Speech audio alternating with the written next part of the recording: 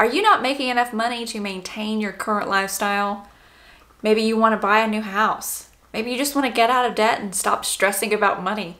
In today's video, I'm going to talk to you about 5 things anybody can do in 2022 to improve their finances. Now, if you are new here, my name is Jennifer, and on this channel, I talk about saving money and leading a simple life. I'm also documenting our journey to paying off our mortgage by the year of 2024.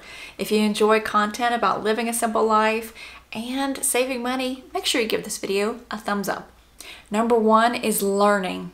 You are brought up with a set of beliefs taught to you by family and by society. And anything that goes against those beliefs or those understandings or those teachings automatically makes your hair stand up or makes your wall go up, that you don't want to believe or think or understand differently. And I understand that, but we have to be more open and realizing that just because somebody tells you something doesn't mean it's the best way for you or the best way for a lot of people. Not to mean somebody has ill intentions, but we're here to, learn and expand our mind. And one of the best ways to do that is through books, going to the library. Now, I have a couple of videos coming up on my channel that are going to have some of the best books that I recommend that have honestly changed my life over the last 2 years. But there are, teachings and learnings on many things. You may not be solely interested in saving money or living a simple life or minimalism or XYZ. There could be something completely different you're interested in. Learning is the way to expand that. Reading, watching documentaries. So starting that one can really truly change your life and absolutely change your finances. Number 2 is move away from the TV. Move away from it, honestly. Not only are you going to save with the, I guess if you have cable or satellite subscriptions, you can keep your Netflix, keep your streaming services, but you are spending so much time, and time is something we cannot get back here in this lifetime. It is a very precious commodity. And what you're doing when you're binge watching something is nothing beneficial for you. You're not putting money in your pocket. You're putting money in the pockets of those companies, of those producers, of those actresses and actors, of those big movie companies, of the television, of people who already have enough to go around. What you should focus on is, putting back that time. Now, before I had my daughter, I spent so much time in front of the TV. It makes me sick to think about it. Sitting just hours going by watching award shows, movies. I was all about the celebrity gossip. I knew everything about everybody. I could have gone on Jeopardy and kicked rear end in any celebrity topic. Now I don't know anything. Once I had my daughter, life completely changed, and luckily for me, it changed in a good way. It was really hard at first because that's a drastic change, not having the time to be able to sit for hours on end, because she's not one, to this day, she gets up early and she goes all day long. She requires my attention. But what I realized over that time was how much I could actually get done, and how now I don't miss it. I don't want to sit down, and I've tried to sit down and watch a movie, and it's actually extremely funny because I can't. The thoughts running through my head of so many other things that are better for me that I really want to do so much more than watching TV. The only time I really watch TV is if I'm at the dentist and I can't move and they've got the TV up there. I'm like, yeah, okay, let's just watch this. And it's usually, again, some HGTV, which is the one thing I do miss, some of those HGTV. I can probably sit down and watch 15-20 minutes of that, but the commercials and the on of the same storyline, I can't do that anymore. Think about what you could do instead of watching TV. Could you be reading to learn? Could you be actually putting into action the steps to change jobs to something that makes you more fulfilled or happy? To start that business? Spend time with your children, your family that you, can't get back. Cook healthy meals. Make memorable moments with yourself and with everybody around you. Think about what you prefer to do. Start a new hobby. Go do something enjoyable. Run a 5K. go sit out in nature and hang out in a chair and just listen to the birds. There are so many other things you could put in place of just sitting and letting that TV take your time and absorb and not do anything beneficial for you. Number 3, pretty self-explanatory, but it's the budget.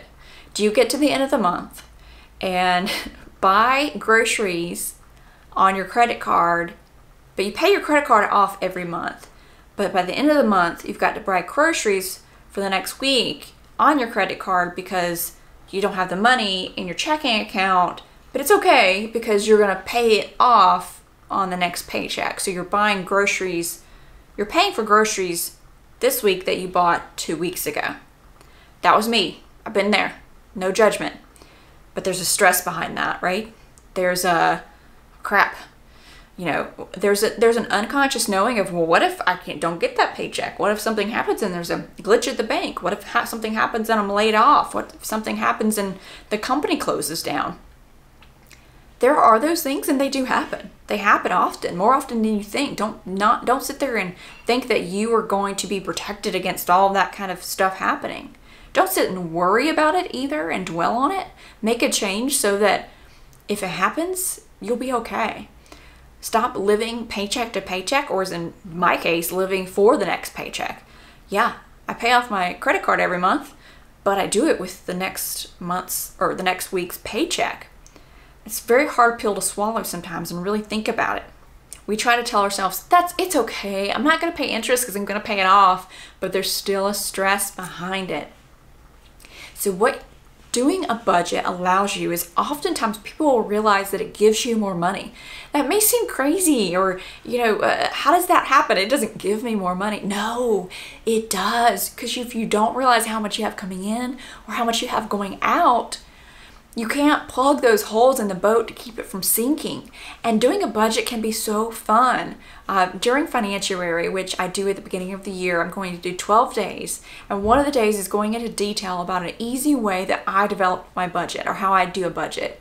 And I pulled from 4 or 5 different ways to do a budget. There's so many different things out there, and we are all different. We are all beautifully different.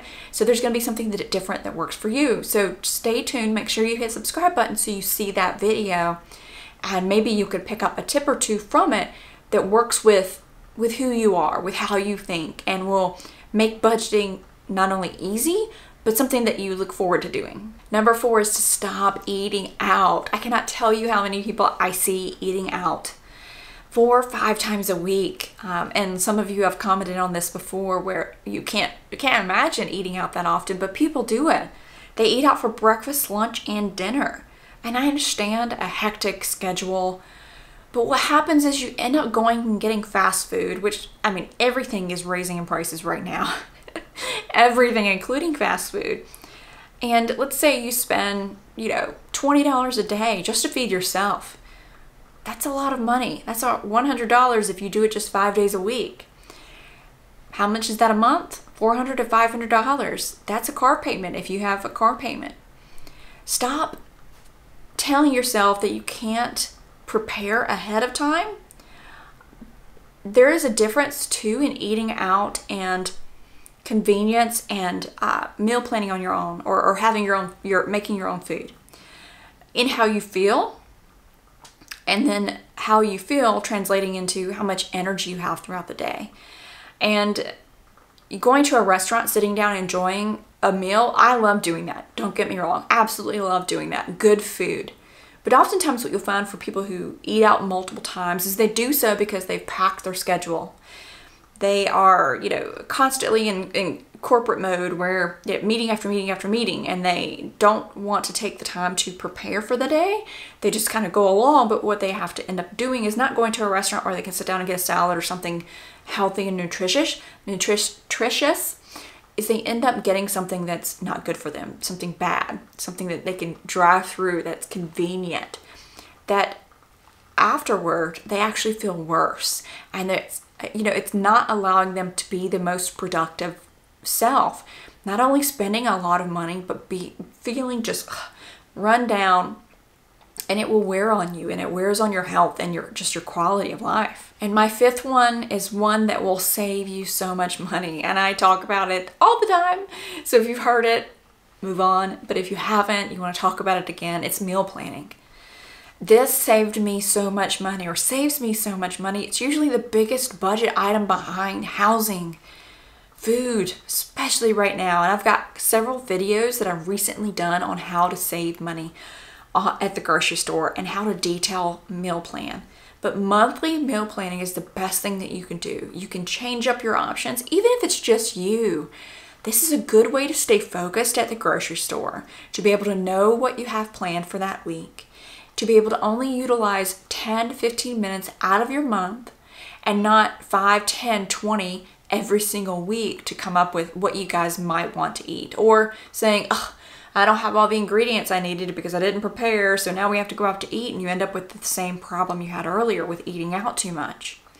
But check out those videos and see if you can find some things that you could incorporate to meal plan for you. It may not be everything that I detail out and how I do it, and that's fine, that would resonate with you to help you figure out what you want for the next week or for the next 2 weeks.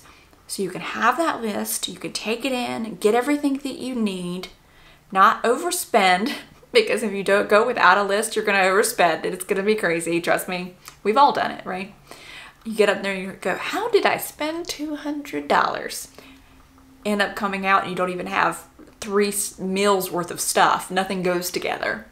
So meal planning, creating that list, going in with the intention, it's really going to save you on one of the largest or second largest budget items or expenses in your household. So this was a quick video on 5 simple things that you could do, put into place in 2022 that will have large impacts.